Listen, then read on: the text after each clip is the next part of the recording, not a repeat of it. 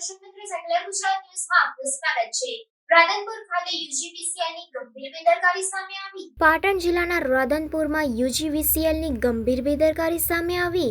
બાદરપુરા ગામે ગત રોજ રાત્રે વાવાઝોડાના કારણે દલિત વાસમાં વીજ વાયરો અને વીજ પોલ તૂટ્યા। વીજ વાયરો તૂટતા મોહલ્લાના લોકોમાં ફેલાયો ભયનો માહોલ। વીજ કરંટથી કોઈ નુકસાન ન થાય તે માટે વીજ પુરવઠો બંધ કરવા સરપંચના પતિએ યુજીવીસીએલના કર્મચારીને ફોન કર્યો। યુજીવીસીએલના કર્મચારીએ ફોન ઉપર કહ્યું કે મારી નોકરી પૂરી થઈ ગઈ છે, ઓફિસે વાત કરો। યુજીવીસીએલના લેન્ડલાઇન નંબર પર કોલ કરતા કોઈએ ફોન ઉઠાવ્યો નહીં। અડધો કલાક સુધી મોહલ્લાના રહીશો ભયના કારણે ઘરોમાં જ પુરાઈ રહ્યા। 2 કલાક બાદ યુજીવીસીએલ દ્વારા વીજ પુરવઠો બંધ કરાયો। તૂટેલા વીજ વાયરોને કારણે કોઈ દુર્ઘટના સર્જાઈ હોત તો જવાબદાર કોણ? તેને લઈને અનેક સવાલો ઉઠવા પામ્યા છે। રિપોર્ટર વસંત કડિયા, સેક્યુલર ગુજરાત ન્યૂઝ, પાટણ। મુકેશભાઈ સોલંકી છે, મારું ગામ બાદલપુરા છે। રાત્રે વાવાઝોડો અને વરસાદ આવ્યો, બરોબર, અને મને રાત્રે હું રાધનપુર જયેલો હતો થોડા કામથી, તો આ લોકોએ મને ફોન કર્યો કે થાંભલાનો વાઇટ પડી ગયો છે અને થાંભલો પડી ગયો, બરાબર। તો મેં અધિકારીને ફોન કર્યો, તો અમારા અધિકારી હેલ્પર છે અને જીતુભાઈ દરજી કરીને છે, તો એ લોકો મને એવું કીધું કે ભાઈ મારી ડ્યુટી પૂરી થઈ છે, મને હવે કહેવાનું નહીં આવતું, બરાબર। અને લાઇટ માટે મેં 1 કલાક અધિકારીને ફોન કર્યા, મારી રેકોર્ડિંગ છે, સબૂત છે।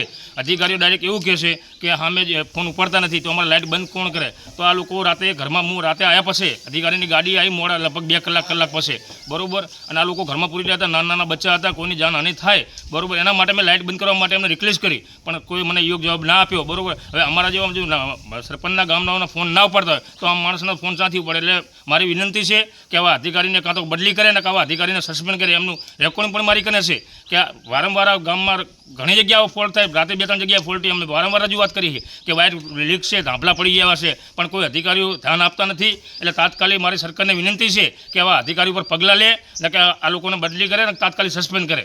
અંબાબેન મહાદેવભાઈ જેઠાભાઈ સોલંકી।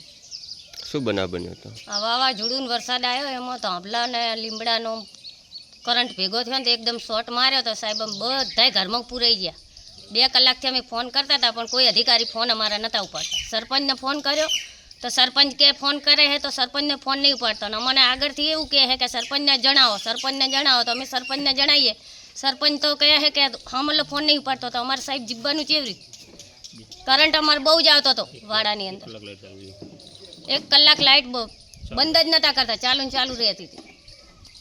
વાયરો બધા ભોય લબડી રહ્યા હતા, લાઇટો ચાલુ હતી, અને થાંભલો થડમાં તૂટી ગયો તો મોટો લીમડો હતો ને લીમડામાં આડો પડી રહ્યો। મારું નામ અનુબેન છે, હું બાદરપુરાની છું, અને અમારા ઘરના આગળ કાલે વાવાઝોડાના કારણે થાંભલો પડી ગયો હતો, તો વાયર તૂટી ગયા। અમારે હેડવાનો રસ્તો ત્યાં જ છે, તો ત્યાંથી વાયર તૂટી ગયા, તો અમે હેડી કેવી રીતે?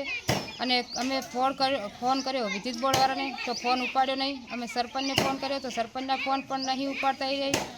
તો અમારે ક્યાંય હેડવું, અમારા છોકરાઓને કાંઈ હાના થાય તો તેની જવાબદારી કોણ લેશે? અમારે ઘરની આગળ પણ વાયર પડ્યા છે, અમારે ક્યાં હેડવું, કેવી રીતે રહેવું? તો અમે કંઈ ગમે તેમ કીધું તો એ ફોન ના ઉપાડ્યો, પછી એમને 2 કલાક પછી જ લાઇટ કાપી, ત્યાં ઘડી લાઇટ ના કાપી।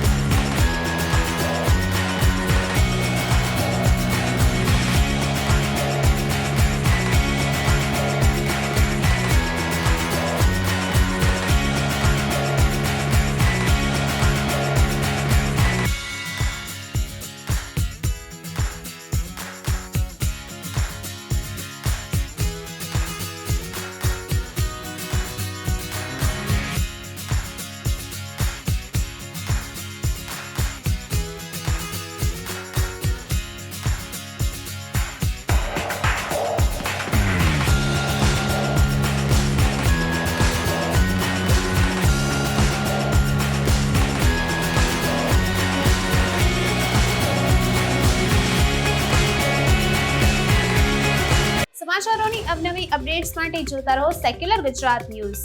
સાથે સેક્યુલર ગુજરાત ન્યૂઝ ચેનલને લાઇક, શેર અને સબસ્ક્રાઇબ કરો, અને બેલ આઇકોન દબાવીને સમાચારોની ઝડપી માહિતી મેળવો।